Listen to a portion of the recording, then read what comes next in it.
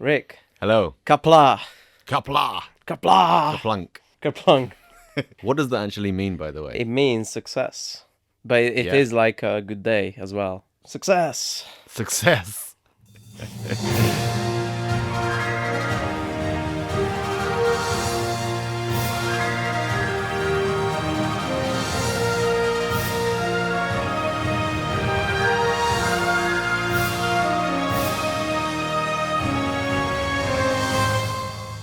Welcome to this Klingon vocabulary podcast.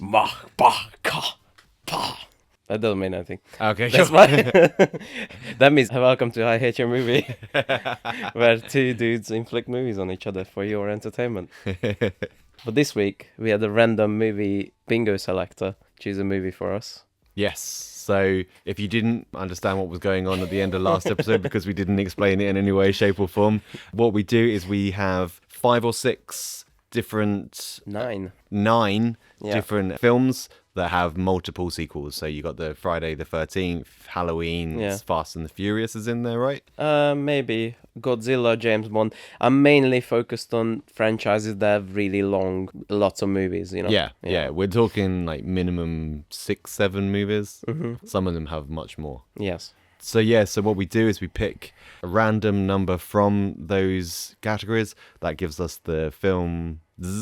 Yeah. And then we pick another ball, and that gives us the actual specific film that we're watching. Yeah. And so we picked Star Trek, which again we didn't explain very well, and we got the Undiscovered Country. Yeah, Star Trek 6, the last one with the original crew. Mm-hmm. Except Kirk, who shows up in Star Trek Generations and farts around. My one-sentence review is kind of like just explaining the basics of this movie, right? Right. This movie is a wonderful tale of Captain Kirk becoming from really racist to only casually racist.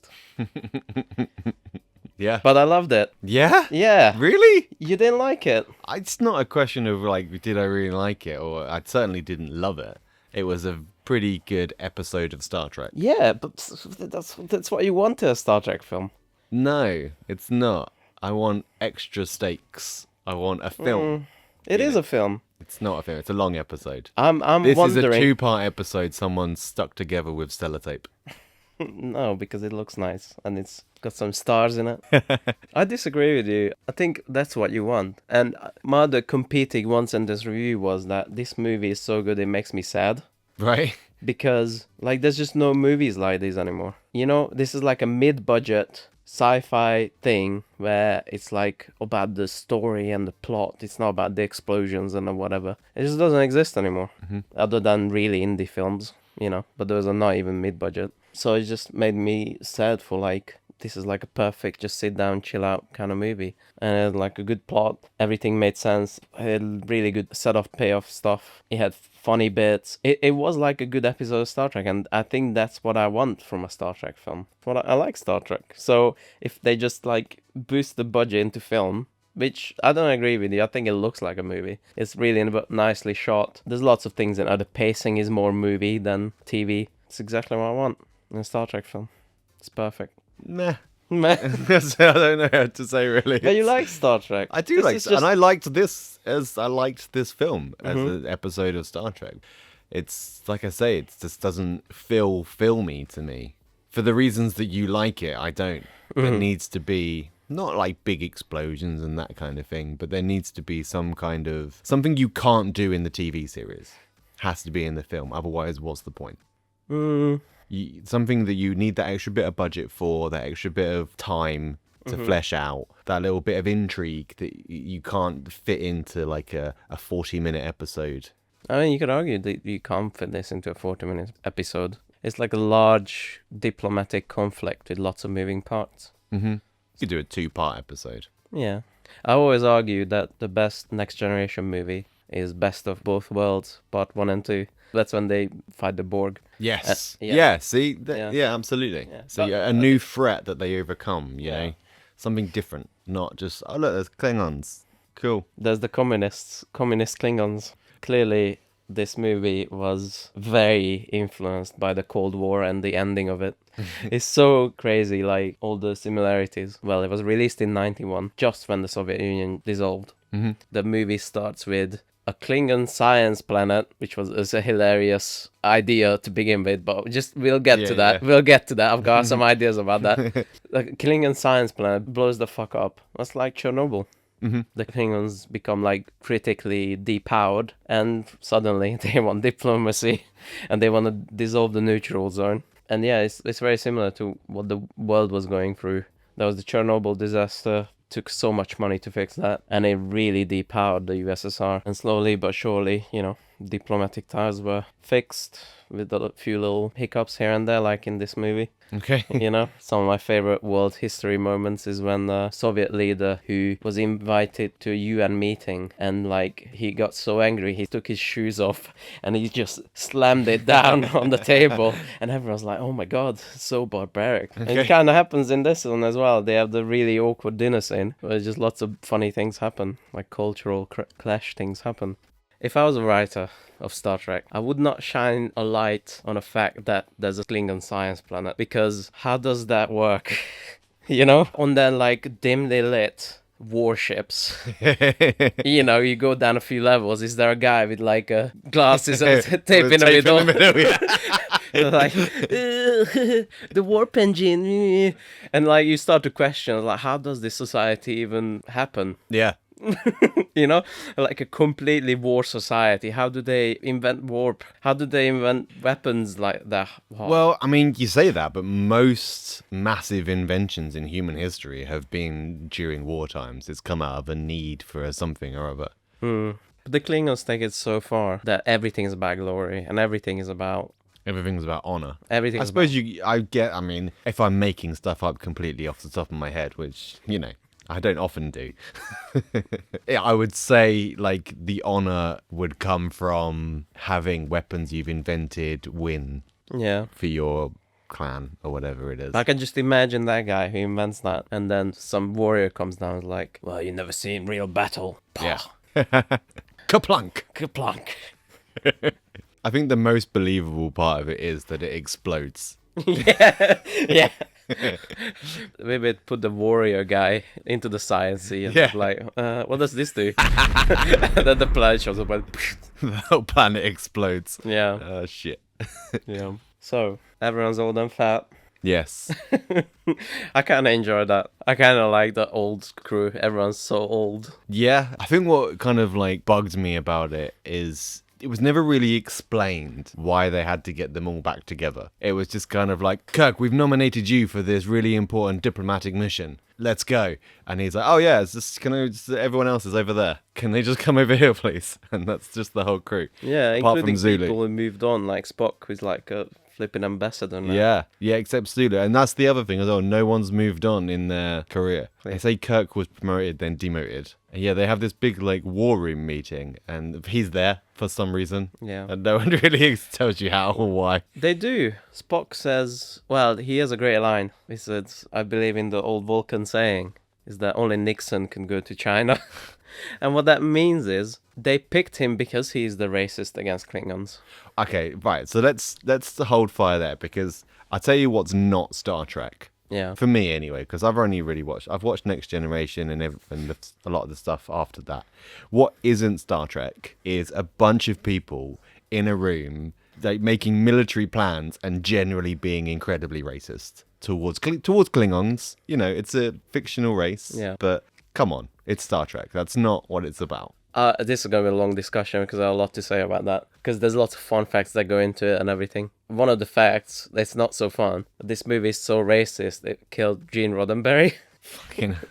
because he died 2 days after watching this movie. Oh, wow. He had real big problems with the outright racism. Yeah, because it's not Star Trek. He is Mr. Star Trek. He created the lore, and he created the original series, and he created Next Generation. I don't know about the others. He was executive producer at the very least on Next Generation. Because he was really involved in the first season, and then he got ill, and then that's when it starts to get good. But they still followed most of his rules. Yeah. He had a specific set of rules of what you could and couldn't do. And I don't know what those rules are. but generally it's the Federation is this kind of like peaceful exploration society that do encounter bad people and they do fight for what's right, but they never walk into the situation with aggression on their mind. I don't think they walked into the situation with aggression. They did in this film. What, how? Absolutely. They were all talking about letting the Klingons die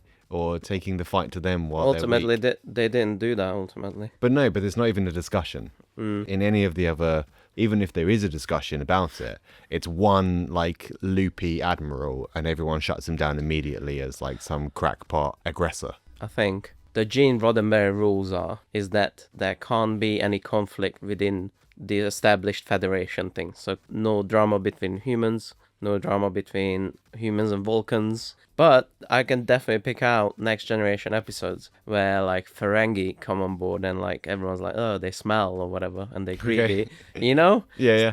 So I think it is a bit more outright in this film. It was a battle because the filmmaker had an idea on how to do this. And like, for example, one of the fun facts I read is that Shatner was really against saying let them die and said, oh, I want to look mournful after I say that. And he made a pact with the director that that's going to stay in. Okay. And he took it out. So yeah, he clearly had a vision of what's more akin to like a Cold War kind of situation. It is a bit more blunt in this, but I think the racism does exist in other parts of the franchise as well. And usually like the better episodes deal with racism exists. How do we deal with it? And that's what this kind of does to me. So I've just asked the producer Yeah. what Gene Roddenberry's rules for Star Trek are. The first rule is optimistic future and non-interference. He envisioned a future where humanity had overcome its past conflict and embraced peace and cooperation, which is the complete opposite of everything that happens in the first scene of this film in the war room. But I'm going to stop talking about it because I do tend to pick holes.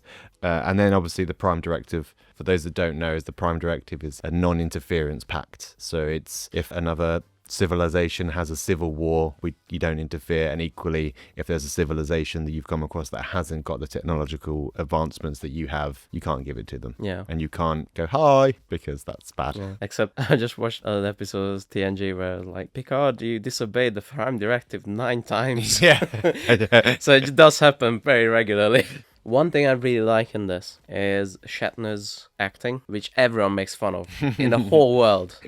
But I think he's great. I thought he was really good in this. You see the clips where he's like, oh my god, Yeah. this is happening. But it was none of that in this, really. There was a few. Yeah. But I think his acting method is he picks his moments to highlight. Yeah. So there's 2 things, I think, where he goes like that. When he goes, let them die. He suddenly goes really theatrical. And then, fire! Fire! At the end. Do you not know the way he goes like, Yeah. he says like 3 words at a time, but he's like, how are you doing today? Kind of, that doesn't seem theatrical. It's just kind of like a weird look at me kind of vibe.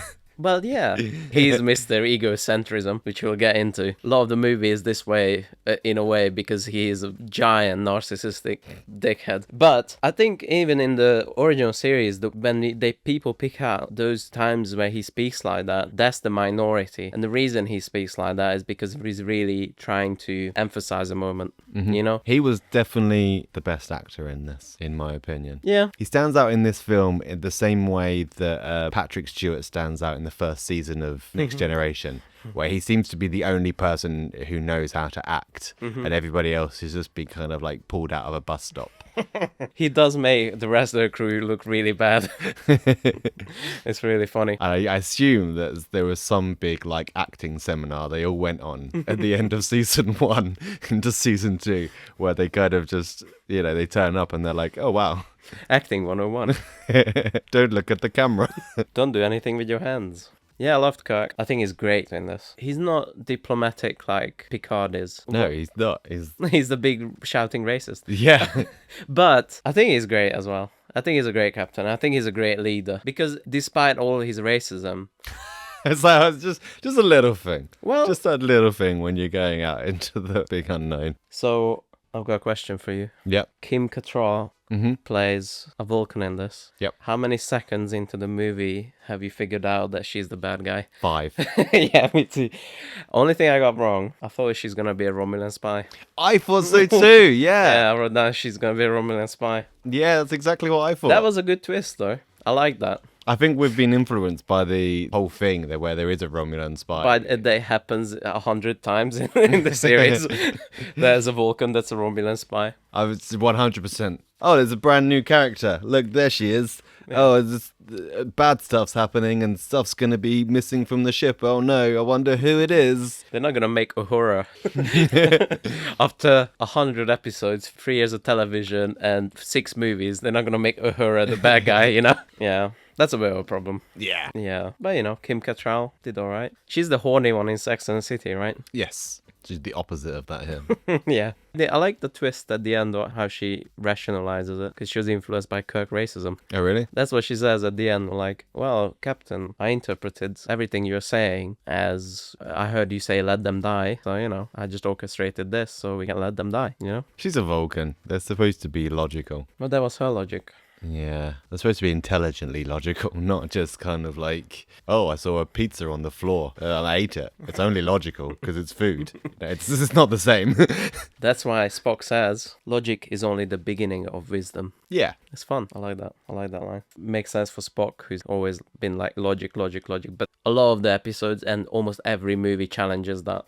What you got? So I've got a bunch of wrote stuff down. You got the dinner scene. The awkward dinner scene with Shakespeare and Hitler quotes. Yeah. Well, that's what really kind of bugged me about this. Yeah. Right. Because they're a bunch of Klingons. So there's an alien race that have their own culture, their own society. They've got their own history. And they're all sitting around quoting Shakespeare and Hitler. And it just doesn't make any sense whatsoever. For a culture so insular to have such a deep knowledge of Shakespeare. And also, by the way, controversial opinion, Shakespeare sucks.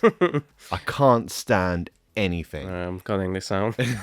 It's just nonsense. It's gibberish. It doesn't make any sense. It has some good quotes here and there, but most of it, if you actually try and watch it, it's gibberish. Anyway. That's cutting. It's getting cut. Why? Because I'm not getting into a big Shakespeare discussion. I think of all the things we've ever said. I don't think Shakespeare sucks. I don't know. It's pretty fundamental. It's awful. Right, so we're gonna get comments. Good. I'll farm those hate likes and I will respond to everyone with a Shakespeare quote that's utter crap. Wow. I Hate You, a movie does not represent the views of Rick Evans. You like Shakespeare? You've actually read all the Shakespeare's and you know the plays and you can understand what they're saying? Yeah, I read it in Hungarian. Okay. There was no Dowdy, so maybe that's like a language barrier thing. I think Hamlet is great. The Tempest is great. I think you can trace back a lot of your favorite stories to Shakespeare. Yes. I mean, a lot of people say there's 7 stories in the world and all 7 of them are Shakespeare. I'm not sure I believe that part, but there's some truth to some of them. Yeah, I wouldn't go that far, but there is definitely large similarities between a lot of very good films and original Shakespeare plays. You look into it in a historical context as well, it was shitty because at the time all plays were very heightened and everyone's nice and they sing nicely and this and he was murder here, murder there, and I kind of enjoy that. I think it's good. Okay. Controversial opinion. I think Shakespeare is good. I don't love everything he's done, and some is so outdated that it's not even worth mentioning. But he invented some words that you use as well. So did Keith Lemon. That's not the point. Okay. Out of context Shakespeare time. It's time to guess the Shakespeare. Yeah. I don't think I can identify it from English, but sure. No. Is this a quiz? Where art thou that usurped this time of night, together with that fair and warlike form, in which the majesty buried Denmark, did sometimes march by heaven, I charge thee, speak. Gibberish. It's like ChatGPT had a meltdown. I understood half of that. I understand the words individually. Yeah. But I don't understand what they're saying. Well, usurp the night, meaning, Oh, yeah. Well, that explains it. Well, I don't know what the context is, but it could mean that you just disturbed me. I don't know. That's what I got from that. Shit, I genuinely can't understand a word of it. You're not. Will Shakespeare, yes. That is for every schoolboy and schoolgirl for the next 400 years. Have you any idea how much suffering you're going to cause? Hours spent at school desks trying to find one joke in A Midsummer Night's Dream? Years wearing stupid tights in school plays and saying things like, "What ho, my lord," and "Oh, look, here comes Othello," talking total crap as usual. But anyway, going back to my original point, there is no way Klingons reading that shit and understanding it and then quoting it back at human beings. You see, maybe if you read Shakespeare in its original Klingon, maybe you'd understand. It might as well be original Klingon for as much as I can understand it. To par or not to par. Don't do spectacle. Juliet on the balcony. Yeah. With the Romulans. Yeah. Kapla! Kapla! Oh, how beautiful. The only saving grace for the Klingons. Klingons? The Klingons. The Klingons. That's exclusively what they should be called from now on. The Klingons. The Klingons. So the Klingons. The Klingons. Sabotage. Sabotage! If this would be a J.J. Abrams film, that would be... Do you think that would play with the Klingons floating around, the CGI blood comes out? But I'm still angry at J.J. Abrams about that, to be honest with you. Yeah. Not just because he used the song. I don't care about that. I don't care. You put Beastie Boys in your Star Trek song and label it as classical music, go for it. You know, it's artistic license. But use Intergalactic, goddammit. Come on, it's right there. It's right there. No, for the character of Kirk, it fits Sabotage. I don't care. It's in space. You use Intergalactic. Anyway, Sabotage happens. Sabotage. It's a bit disappointing to me because I think the practical effects in this movie is wonderful. Mm-hmm. Other than like a few things that I picked out, sometimes when a ship is from like its side and you can see in the window, it does look like a model when you don't do any perspective work on it, you know, from below or from above. When it's like completely on your eye level, it looks very much like a model. But otherwise, all the practical effects in this is wonderful. And then they ruin it with terrible, terrible CGI, goopy blood. Yeah. Do you think at the time, like, people were like, whoa? It's like if you go back and play, like, GTA San Andreas, because you remember it, like, modern graphics, but it ain't. Yeah. Like, it really isn't. Maybe.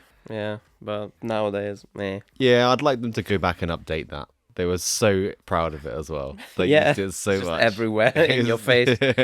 You know what it was like? It was like one of those 3D movies. Yes, It was made yeah, for 3D. yeah, exactly And that, it was yeah. like, look, in your face.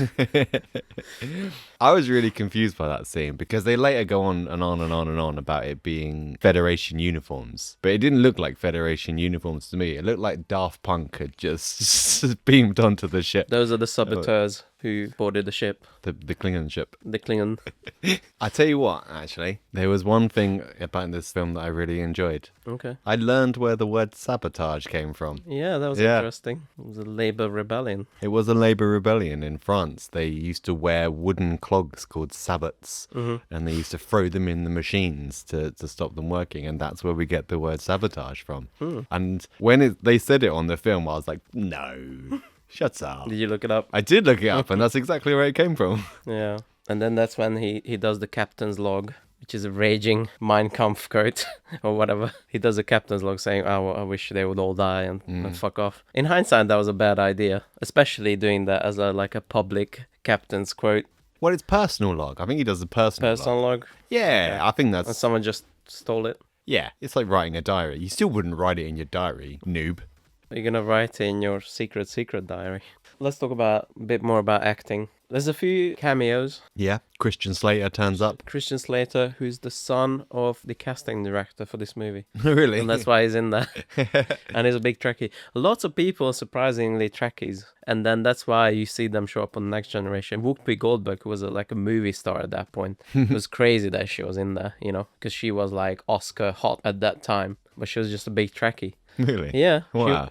She was like really inspired by Uhura. That she was like the first black female on screen, and they're like interracial kisses and things like that. It was weird from the 60s. And I just want to mention, we've been all positive and everything, and lots of great acting and interesting characters and good writing. James Doohan as Scotty is an embarrassing human being. That's not a Scottish accent. That's barely an Irish accent. He had 30 years to learn. I think you get to a point where you've established that's his accent, and that's it, really. Maybe You know. he has a personal accent like Christopher Walken or something. Yeah, exactly. Yeah. Do they say he's Scottish? They didn't say it in the film. I guess they say it in the series. Yeah. Giving it all I can, Captain. So bad. It's Canadian. Okay, let's talk about imprisonment. Do you want to know? Do you want what my note for that was? Oh no, Kirk and Bones have been sent to prison for the rest of their lives. All 5 years of it. Because they're so old. I don't know, Shatner is really hanging on. Yeah, he's still going today. He is the shining star of all fat people. Like, look, a fat person can live to 90. Look at him. He's the one who made it. You can see his girder. It's girdle. Yeah, girder. No, it's not a girder. A girder is a steel beam. Maybe it's a steel beam around him. It's just two steel beams holding it in. I enjoyed the prison scene, even though it destroys the pacing a little bit. It's just like immediately, just all the tension is gone. You just have this B plot all of a sudden, you know? I'd like to point out, right? You know, you said you loved the practical effects of this.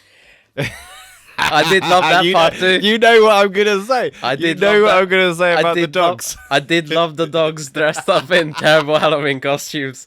How dare you implicate that? Did not love that. That was my favorite effect ever. It's just Those friendly dogs dressed up with big fangs. they put no effort into making that move whatsoever. Like the mouth move or making it look any other part of it not look like a dog. They're in this inescapable prison, and they immediately escape. Yep. Obviously. I think we should discuss the idea that Captain Kirk, in his completely old, decrepit kind of state, immediately has some kind of like love interest or some lust interest. And that lady was played by some supermodel, I think. Mm-hmm. Well, they turn it around because it's a changeling. It might not look like that. Yeah. Might have been just fooling Kirk. But then why make out with him? It just seems odd. It's just ugh. It would be if it wasn't like he changes later to a monster and other fun things that happen. I like that when he changes into him. And there's a little nod to the Shatner narcissism. He changes into what looks like Kirk and is like, oh, I can't believe I kissed myself. The changeling says, I thought it was your lifelong dream. William Shatner, by the way, when he was fighting himself, he throws himself in the fire. And even though he's 105 years old in 91, he did that for real. It did look real. It did Yeah. look like he actually did that. He jumped into fire and lit himself on fire. Wow. Yeah. What do you think about the scene where they have to rescue them? And then they like, everyone is standing around with like dictionaries and stuff. Yeah, like it's the most technologically advanced society that they can imagine, and everyone's sitting around with like books. There's like a throwaway line where they say like, the universal translator, they can pick that up, you know? They're like ADR that 2 months later in the movie. It was fun. It was a fun scene. I like when the little jokes line up.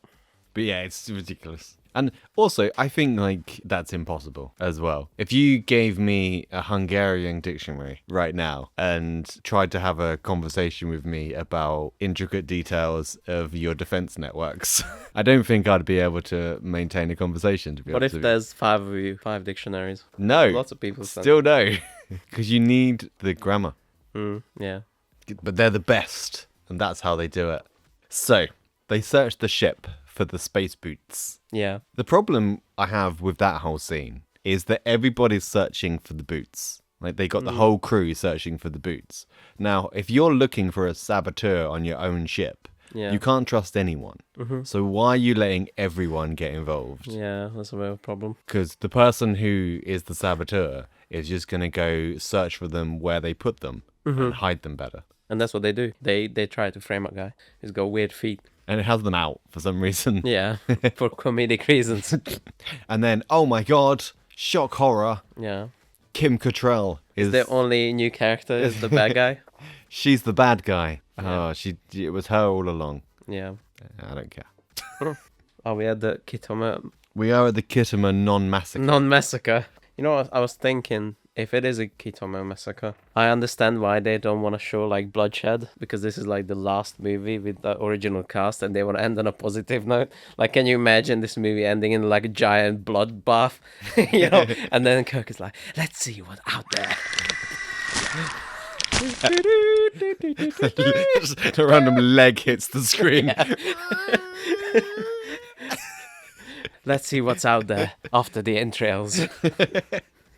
Other things don't happen in other planets, just Kittimer. Well, it makes sense, the Kittimer, because this seems to be kind of like the center of the Klingon diplomacy kind of area. Another planet that makes sense. The science planet and the diplomacy planet. We actually skipped completely past the trial, the massive trial on the Klingon home planet, which just wouldn't have happened, by the way. It would have just been like, guilty, fight to honor, blah, blah, blah, and then that would have been it. Would it? Because There was- Worf has a big trial. Yeah, but this is like one step away from them having powdered wigs, and you know, it really is like a courtroom drama at that point. And the Klingon thing, when Worf goes to trial, it's all about, do you deny honor, honor, your honor, Kerplunk. Kerplunk. Maybe that's why the Klingons are like just war, because they destroyed the science planet and then they destroyed the diplomacy planet, and it's just all assholes left after that. And then the final scene of this It does end very anticlimactically. yes. Where a bunch of old people storm the meeting. My favorite bit about it is like they storm the thing and they stop the bad guy and they arrest Kim Cattrall, and the assassin up on the top, he's got like a sniper rifle and he gets shot or something and he falls out the window and falls to his death. And the final scene of this film is everyone just applauding the crew of the Enterprise. There's like dead guy on the floor over there. It's like a slowly pooling in blood. Everyone's like, yay, well done, Kirk. Yay. It's funny. I'm not dead. Yay. I'm just really injured. Yay. Can I get a fair trial? Not only that, it ends in a slow clap. That was my favorite bit. It's like it starts in like awkward, like, should we clap?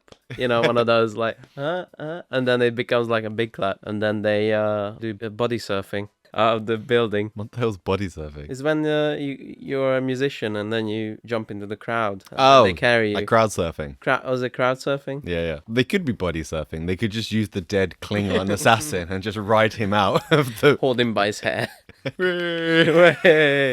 Cool, so that's the end of the film. They end with the sign, the signatures on the screen. Mm-hmm. And that's how Endgame ends as well. Yeah. They got that from this, apparently. Did they? Yeah. Okay. To be honest, this film leaves me with a sense of dread and worry. I'll tell you for why. Yeah. Because one of the Star Trek films could come up again in our random generator. And what terrifies me is this is meant to be one of the good ones. Not only, based on my research, it's a lot of people's favorite. Wow. Yeah. I think deservedly so, but it's a bit anticlimactic at the end. Mm-hmm. There's little bumps and pacing issues here and there. I liked it. I think that's what you want. It's a Star Trek. That's a big movie. It's a medium movie, Trek. It's not a big movie, but yeah. I give this a 7 out of 10. Yeah? Yeah. I was thinking 8. Wow. But the end is really anticlimactic. I was like, I'd give it a 4. whoa. On a film basis, I'd give it a 4. If it was like in the middle of like the series, and it was just like a long episode, then I would rewatch it because it's in the run. But I in no way would go out of my way to watch this film again. Fair enough. So what are we doing next? What are we doing next? I don't know. I've been What episode is this? 99? 98. 98. And then 100 we're going to do, if you haven't heard, we're doing Catwoman and Jack and Jill. So yes, our 2 worst films ever made. Mine being Catwoman, Dan's being Jack and Jill. We are inflicting these movies upon ourselves for your entertainment. Yeah. And we are doing a double bill. Jack and Jill, Catwoman. Double bill Jack and Jill Double bill, Jack and Jill, Catwoman. is there also. I'm trying to rhyme Catwoman with something. I can't think of anything. Bye. Bye. We do need to find a way to end the episodes, by the way. It is a bit blunt when we're like, just bye. My love is a fever, longing still for that which longer nurseth the disease. In faith, I do not love thee with mine eyes, for they in thee 1,000 errors see, but 'tis my heart that loves what they despise, who, in despite of view, art pleased to dote. Shall I compare thee to a summer's day? Gibberish. It's like ChatGPT had a meltdown.